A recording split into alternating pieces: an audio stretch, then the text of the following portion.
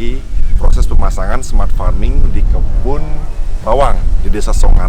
Di Desa Songan merupakan desa penghasil bawang terbesar di Pulau Bali. Dan beberapa bulan ini, sebulan lalu kita sudah introduction smart farming di sini, sudah mulai dipasang, dan sekarang kita memasang smart farming kita dengan teknologi yang benar, ya. Dengan instalasi yang benar, dengan mekanisasi yang benar, dan juga dengan board baru kita dari Petani Muda Keren. Kita launching pemasangan pertama di sini di plug and play, sudah mudah sekali. Jadi tinggal pasang sensor tanah, sensor pH, sensor semuanya, termasuk juga mekanisasi. Jadi bisa controlling, bisa monitoring dari jarak jauh dengan cara yang mudah dan gampang serta murah. Jadi ayo kita masuk ke smart farming agar efisiensi pertanian, HPP pertanian bisa kita tekan, cost bisa kita tekan, sehingga produktivitas bisa semakin tinggi. Hari ini kita bersama Bidang Sumerte, champion kita di mekanisasi pertanian dan IoT. Jadi hari ini kita akan diskusi sedikit terkait implementasi yang kita lakukan di Desa Songan, Kabupaten Bangli, di kebun bawang. Jadi untuk instalasi smart farmingnya kita hari ini, yang kita pasang adalah sprinkler. Sprinkler untuk menyiram, untuk memupuk, dan juga untuk penyemprotan agen hayati. Jadi hanya sprinkler saja. Karena bawang umurnya pendek, Ringa ya. Umurnya cuma 50-60 hari, bawang merah, setelah itu sudah dipanen.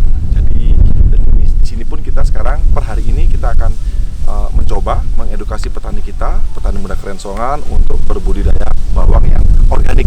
Karena selama ini di sini di kawasan Desa Songan, pertanian bawang kita masih full chemical.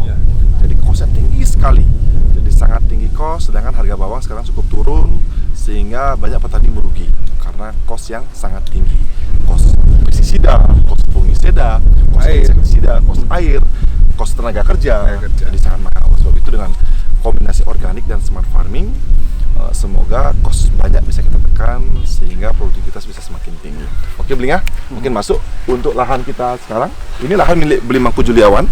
Beliau lagi jalan, lagi ngambil pipa, dan kita diskusi dengan Beli Mangku bagaimana teknologi smart farming yang akan kita instalasi. Ya, terima kasih Beligung.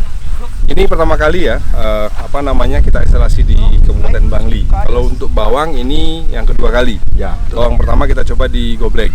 Nah, bedanya dengan di Goblek adalah tekstur tanah di sini menurut para petani adalah sangat-sangat porus, sehingga diperlukan penyiraman lebih intens. Jadi 2 kali sehari dia, pagi sore. Sementara biaya tenaga kerja di sini bisa 125.000 per orang per hari. Nah, kalau di musim panas otomatis dia full kalau sebulan aja kita 2 bulan panen sudah sekian juta uang yang harus dikeluarkan. Itu satu. Yang kedua, penggunaan air menjadi sangat boros. Beberapa teman di Songan sudah menggunakan sistem sprinkler, tapi sistem yang mereka gunakan masih belum optimal ya, karena mereka masih menggunakan butterfly, masih menggunakan yang pop up dan lain sebagainya, yang membutuhkan pressure yang sangat tinggi. Pressure tinggi, boros air. Ya, jadi pressure yang tinggi itu otomatis larinya ke pompa yang besar, harus listrik yang lebih tinggi, sehingga kembali lagi HPP akan sangat tinggi Karena biaya listrik mahal, biaya tenaga kerja siram juga mahal gitu. Kalau misalnya yang manual lebih tinggi lagi karena dia harus menyiram secara manual.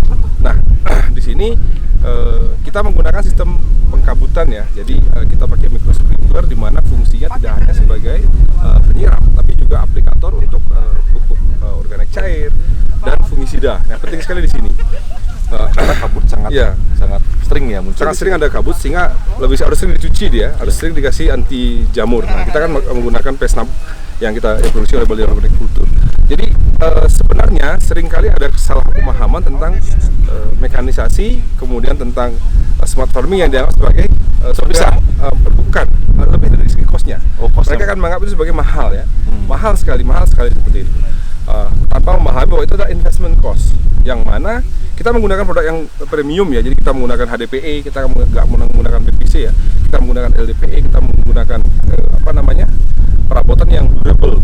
Dia bisa dipakai kalau bagus cara penggunaannya 15 sampai 20 tahun gitu. Sementara kalau kita bicara human cost-nya, kalau dia setiap hari harus bayar orang untuk nyiram, untuk mupuk, itu kalau kita kombinasi biaya tenaga kerjanya saja, belum penghematan pupuk, penghematan airnya, itu setara dengan biaya tenaga kerja yang dia akan habiskan selama 2 tahun. Gitu biayanya. 2 tahun bayar orang sekian sama dengan instalasi smart farming dan mekanisasi seperti itu. Jadi kalau 2 tahun sementara dia bisa dipakai 15 tahun aja kita bilang, berarti 13 tahun investasi kita udah gratis gitu loh. Sudah dibalik modal di tahun kedua seperti itu.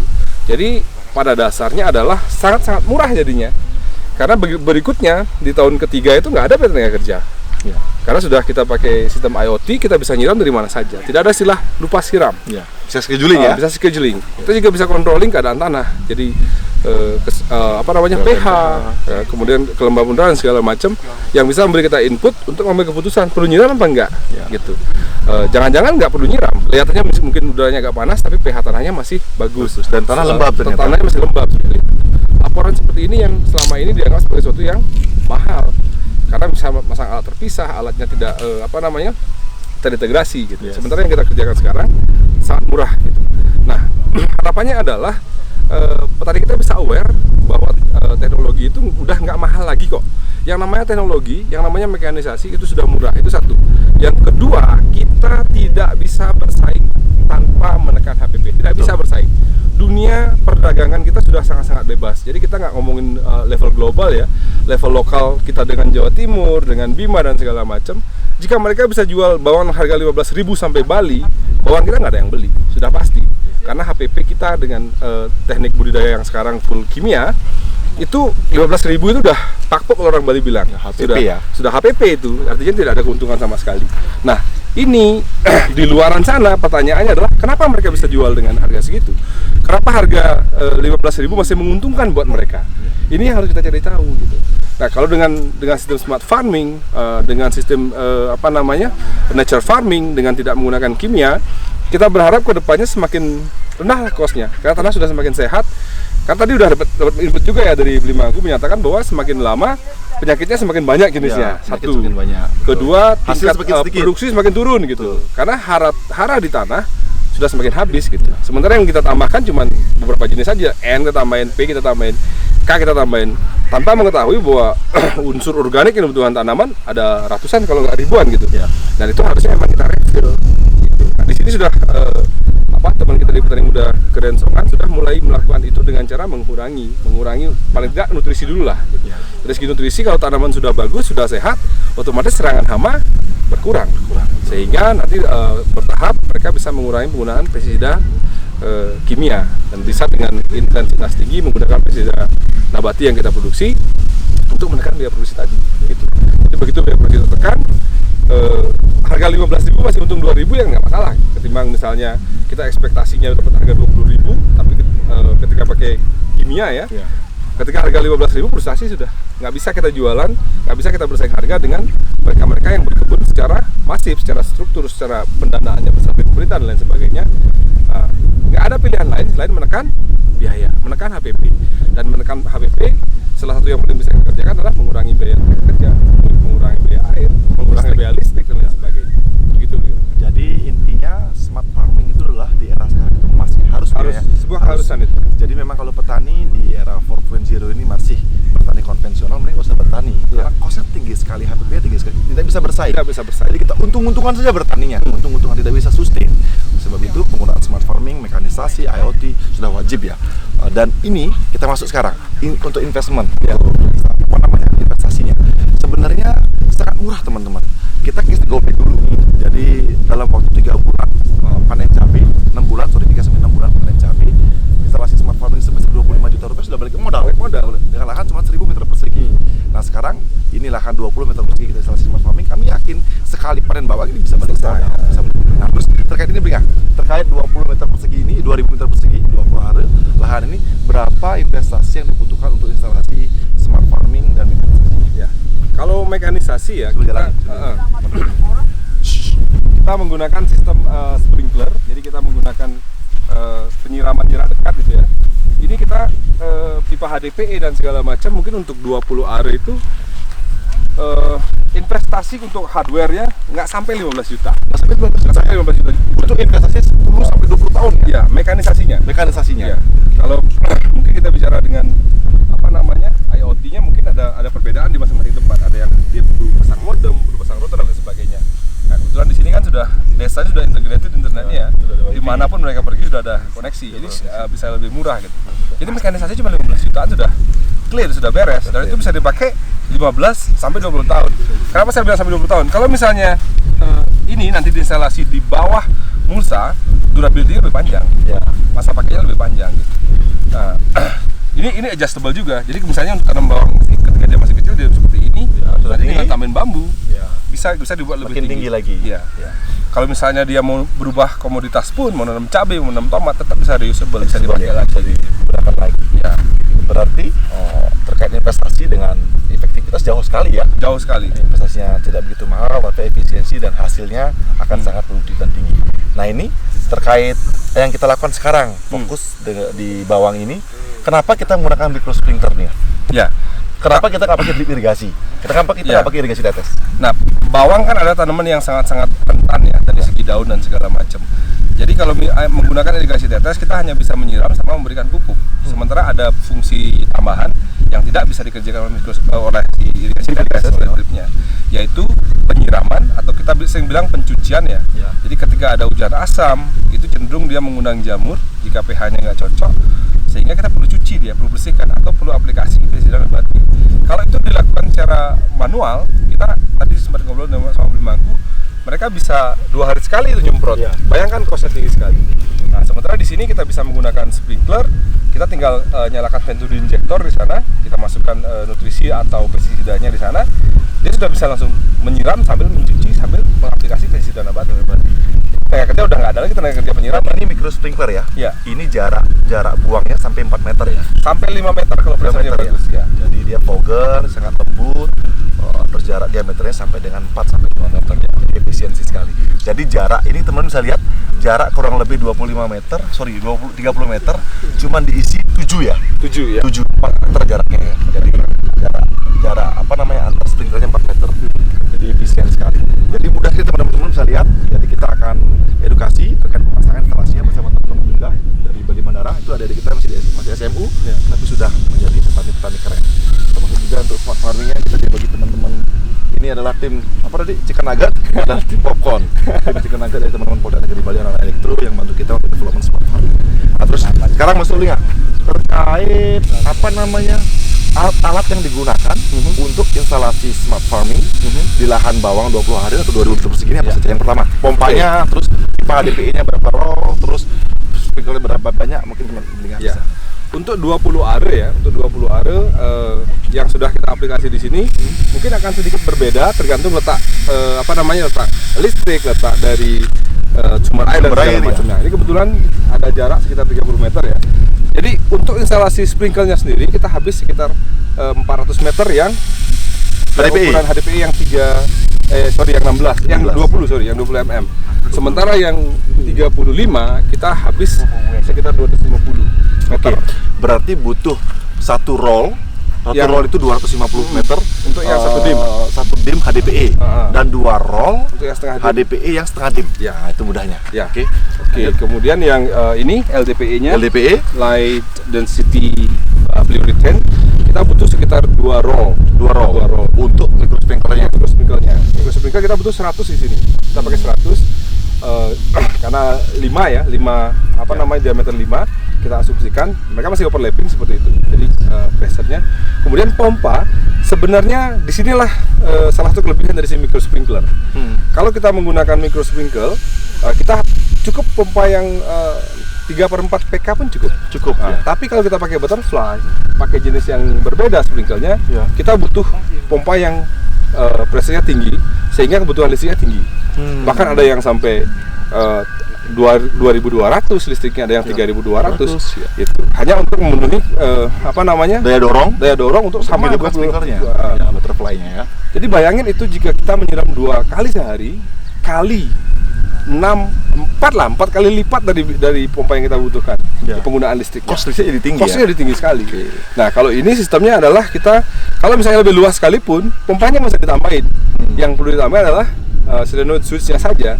Jadi kita clustering, dibagi ya. 50 seperti itu. Jadi nggak usah menggunakan semua sekali siram itu semua sprinkler harus menyala. Nggak harus seperti itu. Jadi bisa disimpan, bisa dibagi. Ya. Jadi kalau kita punya 100 sprinkler, 30 nyala dulu, 30 kemudian nyala, 40 terakhir nyala. Jadi masing-masing 15 menit gitu kan. 40 menit kemudian selesai. Pompanya mampu jadi mendorong semuanya.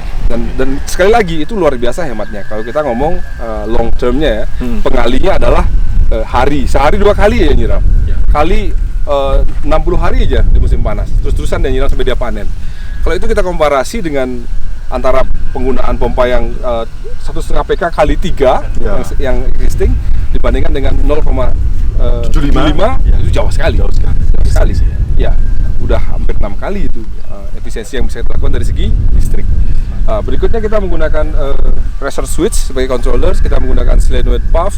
Kemudian pompanya kita sekarang coba yang menggunakan yang submersible seperti yang kita sampaikan tadi. Kita butuh daya dorong karena lumayan jauh tuh jarak antara sumber air water reserve-nya di sana sama dengan dikomparasi dengan jarak yang akan dia siram.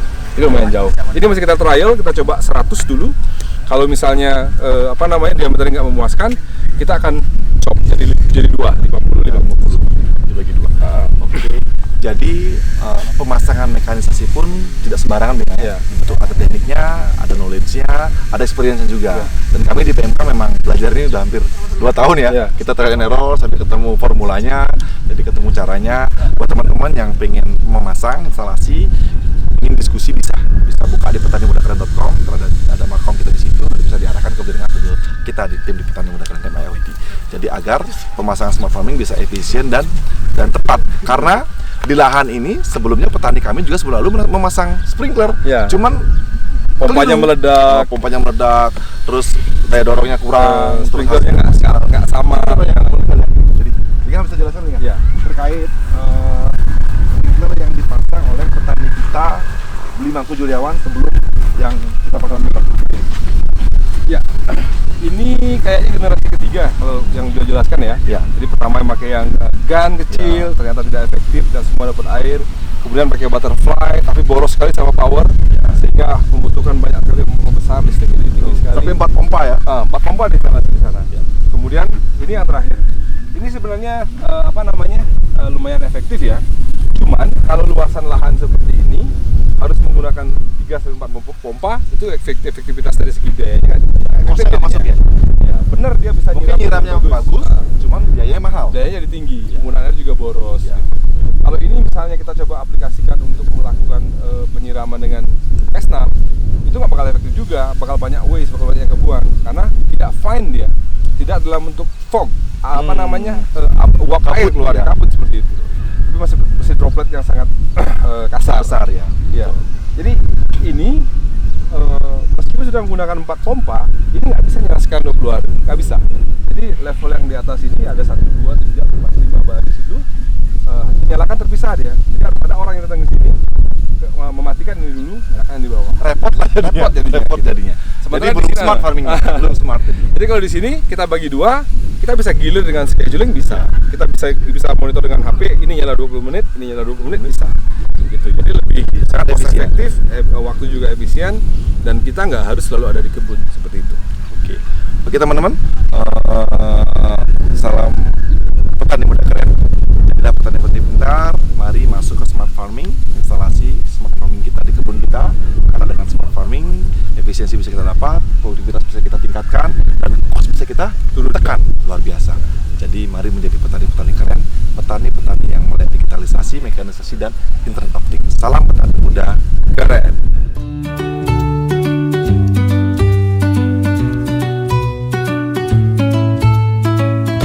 Oke teman-teman, sekarang kita akan lihat proses instalasi mekanisasinya. Dimulai dari pemasangan pompa di sumber air. Oke, Linga, silakan. Dari pompa mungkin. Untuk pompa di kebun ini kita menggunakan pompa submersible. Jadi alasannya adalah untuk daya dorong yang lebih tinggi ya. Karena memang submersible itu multi tire, jadi pressure-nya bisa jauh sekali. Sementara kalau yang kayak gini lebih pada volume. Kalau yang pompa keong istilahnya, biasa. Lebih pada volume. Jadi mindahan air dalam jumlah besar, tapi jarak dekat dia bisa. Tapi kalau untuk jarak jauh lebih reliable kita pakai submersible. Jadi submersible yang kita pakai cuma 0,75 PK, jadi kecil sekali. Listrik cuma nggak sampai 1.300 dia habisin. Jadi skala rumah tangga pun sudah bisa. Dia aplikasi ini gitu. Sementara kalau yang keong itu 1,5 PK. Dan itu 3. Ini sekarang 4 yang instalasi. Dan boros sekali. Boros sekali sama listrik. Teman bisa lihat ini instalasi sebelumnya. Dorongnya. Tuh, bisa dilihat. Ada 4 pompa keong. Dan 4 ya. Cuma dan masing-masing 1,5 PK. Mendorong sprinkler ini. Jadi ini salah teknik ya. Iya. Salah teknik. Jadi kita perbaiki, kita edukasi teman-teman petani muda kita bagaimana membuat efisiensi sesungguhnya. Iya. Lanjut. Berikutnya kita instalasi speed filter ya, karena kita pakai pakai micro sprinkler yang sangat fine. Jadi lubangnya kecil, kita memerlukan penyaringan. Nah, ini speed filter ini. Kita pakai yang besar sehingga pressure-nya nggak berkurang gitu. Jadi Ini dari 2 dem ya? 2 dim, Pompa itu 2 dem ya? 2 dim.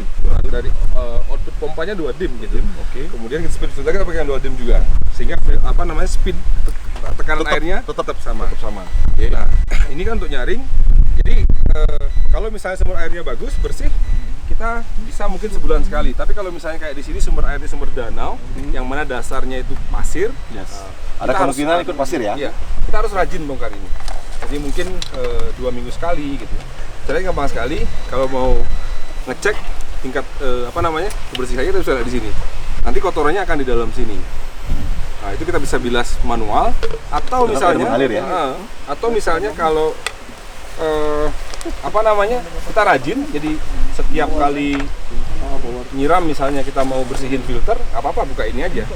Buka ini, Kotoran keluar. dalam keadaan sistemnya kita matiin. Jadi tidak ada, ini kan solenoidnya dalam keadaan off, tapi kalau pressure-nya ini dibuka, otomatis pompa akan menyala. Ya. Sehingga semua kotornya kebuang. Nah, kalau sedikit-sedikit bisa seperti ini. Tapi disarankan sebulan sekali buka. Dicuci ya? Di brush, disikat seperti itu. Oke, Nah, lanjut. kita punya pressure switch. Sebelumnya dari 2 masuk ke Kita open loop jadi satu. Karena Oke. sistemnya kalau kita buang air terlalu jauh dengan 2 dim, berat dia. kosnya daya dorongnya kecil ya? Daya dorongnya kecil, sehingga pressure di sana akan nggak bagus. Jadi kecilin ya? Jadi kita kecilin, kemudian kita menggunakan pressure switch. Jadi ini fungsinya adalah menyalakan atau mematikan pompa tergantung ada tidaknya tekanan. Jadi kalau airnya dibuka, otomatis ini menyalakan pompa gitu. Jadi kita tidak menggunakan kontaktor, kita tidak menggunakan switch pada pompa, tapi menggunakan pressure switch. Jadi di sini saklarnya Yang terhubung dengan solenoid valve. Yes, Solenoid valve-nya. Jadi kalau dia terbuka, otomatis tekanan di sini berkurang. Ketika tekanan berkurang, otomatis dia akan menyalakan pompa yang ada di sana. Oke, seperti itu. S. Lanjut. Nah, ini penting sekali nih. Ini namanya Venturi injector. Jadi di sini ada selang input ya, harusnya belum diinstal. Ada selang input. Nah, ini untuk melakukan pemupukan dan penyiraman Secara otomatis. Jadi kalau misalnya kita perlu mengaplikasikan pestisida nabati, kita perlu mengaplikasikan Agen hayati, pupuk organik misalnya pada daun dan lain sebagainya, kita tinggal merubah sistem ini aja. Ini kita masih menggunakan sistem manual ya. Ini nanti bisa kita mekanisasi juga, kita pakai solenoid di sini dan solenoid di sini. Nah, kalau misalnya kita mau aplikasi pupuk, ya kita tutup aja airnya. Nah, kita nyalakan yang ke pupuk. Jadi ini akan menghisap dari tong pupuk, akan menghisap masuk ke sistem dan melakukan penyiraman. Demikian juga untuk aplikasi agen hayati. Jadi tidak perlu lagi kita bawa mesin bensin ke sini, bawa tong, seret-seret selang, udah nggak terjadi lagi. Semua satu sistem ya? Satu sistem. Penyiraman, pemupukan, aplikasi agen hayati bisa dilakukan secara otomatis gitu, bisa kita kontrol. Lanjut dari sana, baru masuk ke ini solenoid. Solenoid ini bahasa sederhananya adalah keran elektronik gitu. keran elektrik. Elektrik sih ya. Jadi mau kayak gini sama kayak gini itu hanya dilakukan dengan memberikan energi listrik atau tidak gitu. Ini yang jenis Memberikan perintah di smart farming-nya. Jadi ini yang normally close itu. Artinya jika tidak ada energi listrik, kerannya mati. Gitu. Karena bahasanya kita lebih sering dia mati ketimbang hidupnya. Ya betul. Sehingga kita gunakan yang normally close. Yang dalam keadaan nggak ada listrik dia tertutup kerannya. Nah, kalau kita perlu menyalakan, tinggal tambahkan listrik, tinggal nyalakan listriknya, sehingga kemudian secara magnetik dia menyala dan membuka keran seperti itu. Ini kenapa dibagi 2, Bling? Teman-teman biar ini kita belum tahu ya, seperti yang saya bilang, aplikasi dengan jarak yang jauh seperti ini, terus ada elevasi juga. Kita belum tahu apakah pompa kita punya kekuatan yang cukup untuk yang dorong. Ini untuk jaga-jaga saja, memberi solusi. Sekarang kita gunakan 1, kita coba untuk 100. Kalau misalnya secara sistem dia tidak mencukupi powernya, kita pecah jadi 50. Nah, jadi cuma ini aja yang ditambah, nggak perlu nama pompa. Ya, nggak perlu nama pompa. Ini ganti pompa. Scheduling ya, pergantian nyiramnya ya. Tinggal di jadwal aja gitu. Itu gitu. Jadi penggunaan pompanya tetap sama. Kalau misalnya mau nambah lagi 40 area nggak apa-apa, tambah solenoid lagi 2 gitu. Jadi nggak perlu nambah sistem yang lain. Kita hanya perlu nambah HDPE, perlu nambah sprinkler, dan perlu nambah solenoid. Jadi sistemnya bisa support sampai 4 pembagian gitu. Seperti itu. Jadi teman-teman sederhana sekali, dari pompa ke filter ke pressure switch, terus ke venturi injector untuk penyiraman dibagi melalui solenoid pump. Selanjutnya didistribusi airnya ke kebun. Jadi sesederhana itu. Dibantu oleh listrik. Kalau misalnya belum pakai smart farming bisa masih manual on off, Tombol. tapi kita udah beri dengan smart farming sehingga semuanya bisa dikontrol via smartphone. Jadi gitu. Oke teman-teman, sangat mudah, asik ya. Smart farming mudah ya dan murah ya. Murah. Oke, salam petani muda keren. Kita aplikasi Befuria di venturi injector untuk sebagai pestisida nabati, menghalau lalat buah. Miki.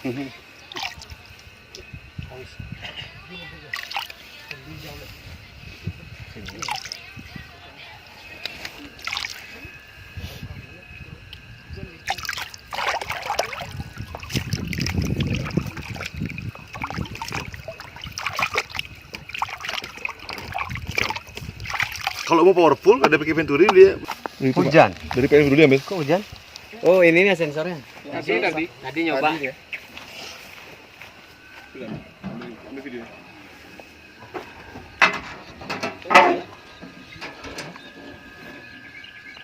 Dan nurunin MCB. Ada sih hidup. Hidup ya? Ya hidup. Nyala kok. Oh, benar. Coba mati. Oh, ininya enggak. Coba jalan jam. Harus disconnect. Enggak boleh banyak yang Oh, FPO yang pakai. Coba kayak digoblok dikasihnya ya. ini kan access point ini cuma khusus untuk ya ini udah maksimal. Ayo kita ke sana. Yuk. Jelas ada. Teman-teman, jalan sprinklernya.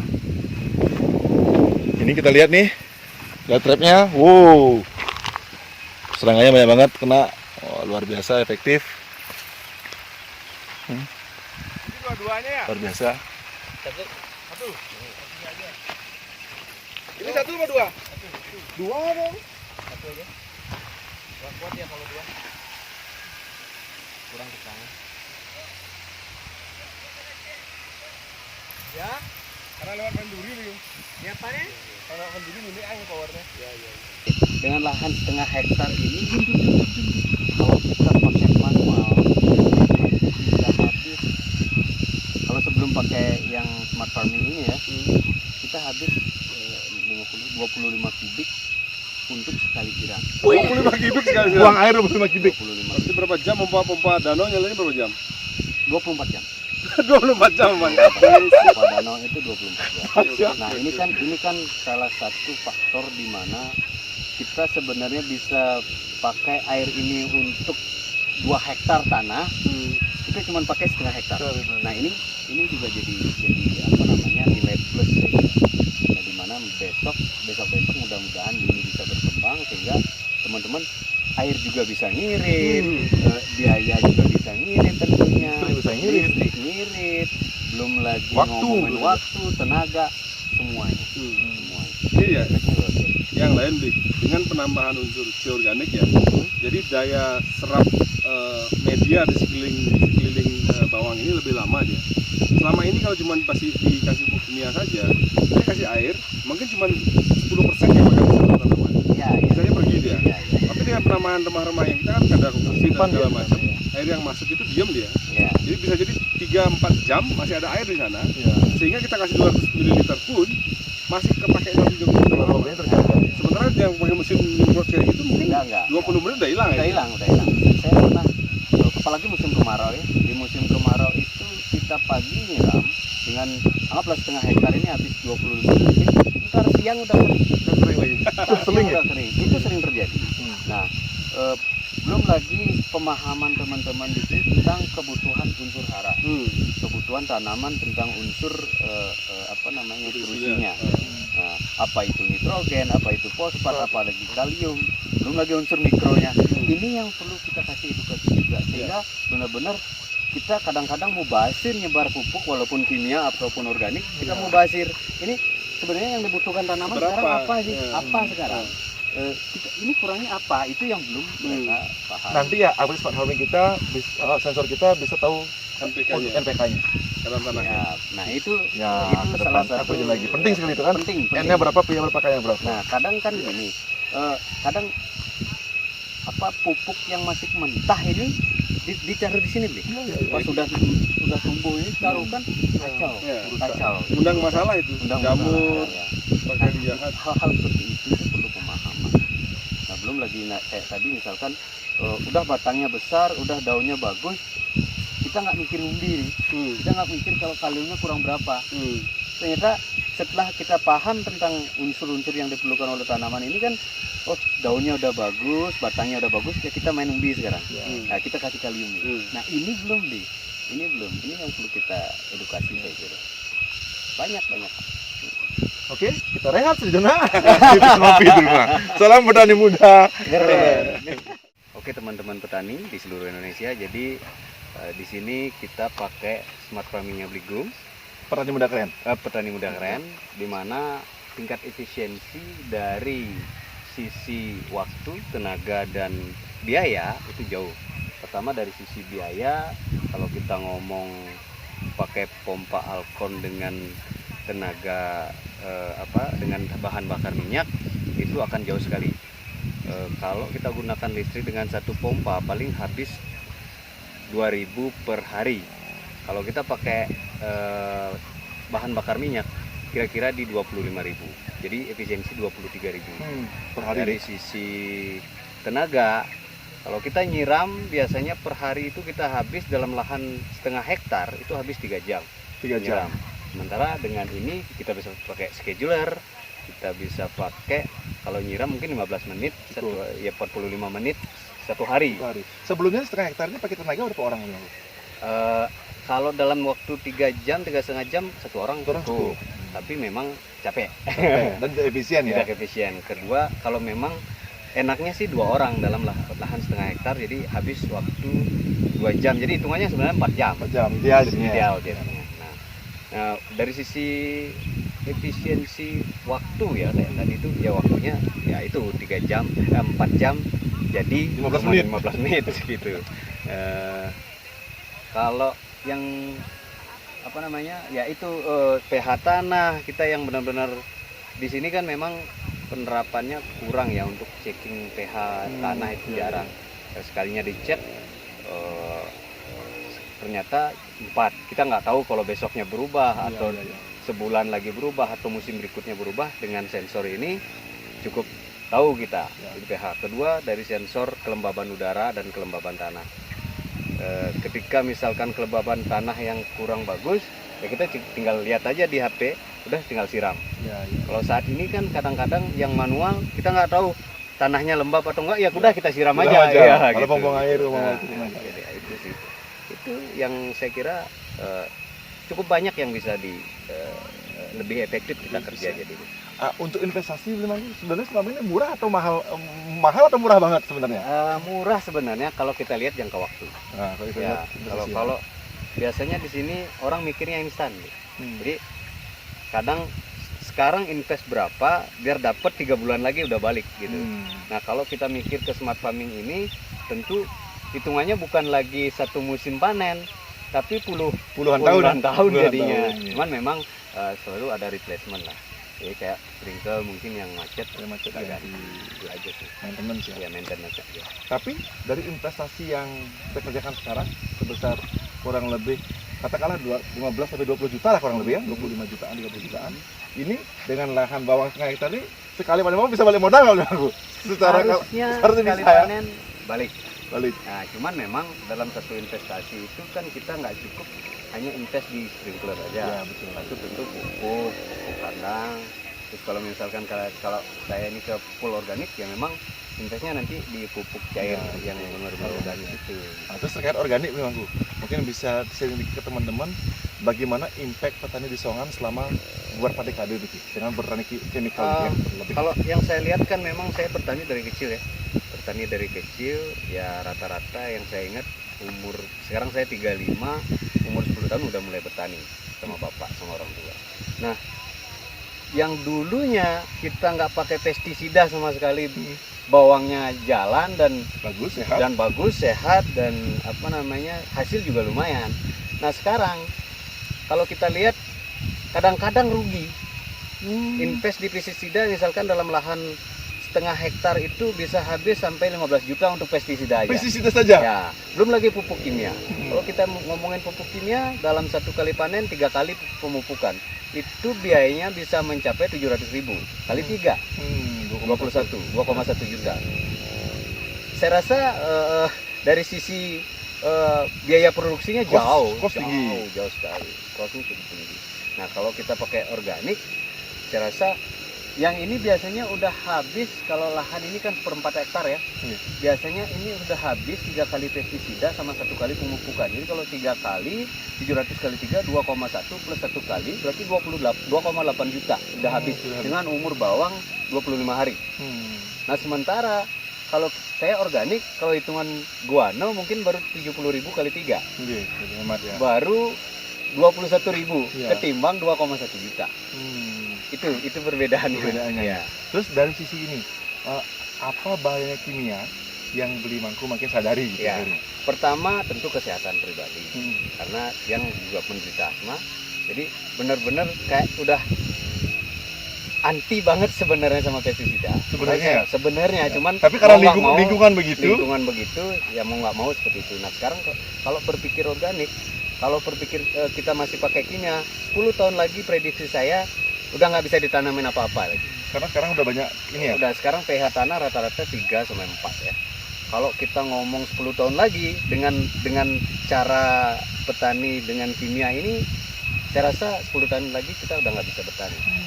Itu yang menjadi pemikiran saya ke depan, sehingga benar-benar mikir gimana caranya biar benar-benar organik, sehingga tanah ini semakin hari semakin subur, semakin sehat. Itu yang kira-kira perlu ditanamkan mindset teman-teman petani yang ada di sekitaran sini. Nah, di sisi lain memang untuk merubah mindset ini kan cukup susah. Ya, makanya saya bukan berkorban ya. Satu memang benar-benar ingin lingkungan saya sehat nantinya, tentu keluarga, semua kan keluarga, saudara. Belum lagi lingkungan itu anak cucu kita seperti apa kita. Memang kalau lagi musim nyemprot di sini benar-benar kerasa sekali. Saya bahkan kadang saya harus pakai masker double dan masih kerasa aja gitu. Dan saya nggak berani deket-deket sebenarnya. Saya kan adalah tenaga untuk Terus sebagai penutup, pesan kepada teman-teman terkait organik dan smart farming, silakan. Kalau terkait smart farming, tentu di era sekarang ini kan semua digital ya. Tentu kita harapkan terutama petani milenial yang benar-benar berpikir jangka panjang ke depan. Jadi nggak perlu lagi kita perlu tenaga banyak untuk penyiraman atau penyemprotan, udah kita pakai smart farming, kita cukup pakai HP, tinggal pakai pemupukan bisa dari situ, penyemprotan pestisida nabati bisa dari situ. Nah dari sisi organik ya tentu kita pikir apa yang saya sampaikan tadi, kita pikir jangka panjangnya lah. 10 tahun lagi, 15 tahun lagi, kita ini nggak bisa lepas dari pertanian. Dan jadi petani bisa kaya nggak? Coba jadi petani bisa kaya. Ya, tentulah. Jadi petani juga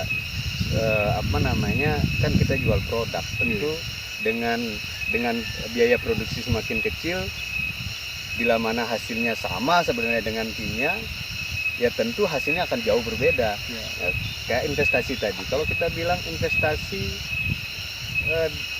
dengan kimia kita investasi 10 juta, dengan organik mungkin 2 juta aja, jadi udah 8 juta. Semakin semakin rendah ya. Ya, semakin biaya operasionalnya kecil, ya tentu keuntungan semakin besar. Itu kira-kira. Terima kasih. Salam petani muda. Salam petani muda. Keren.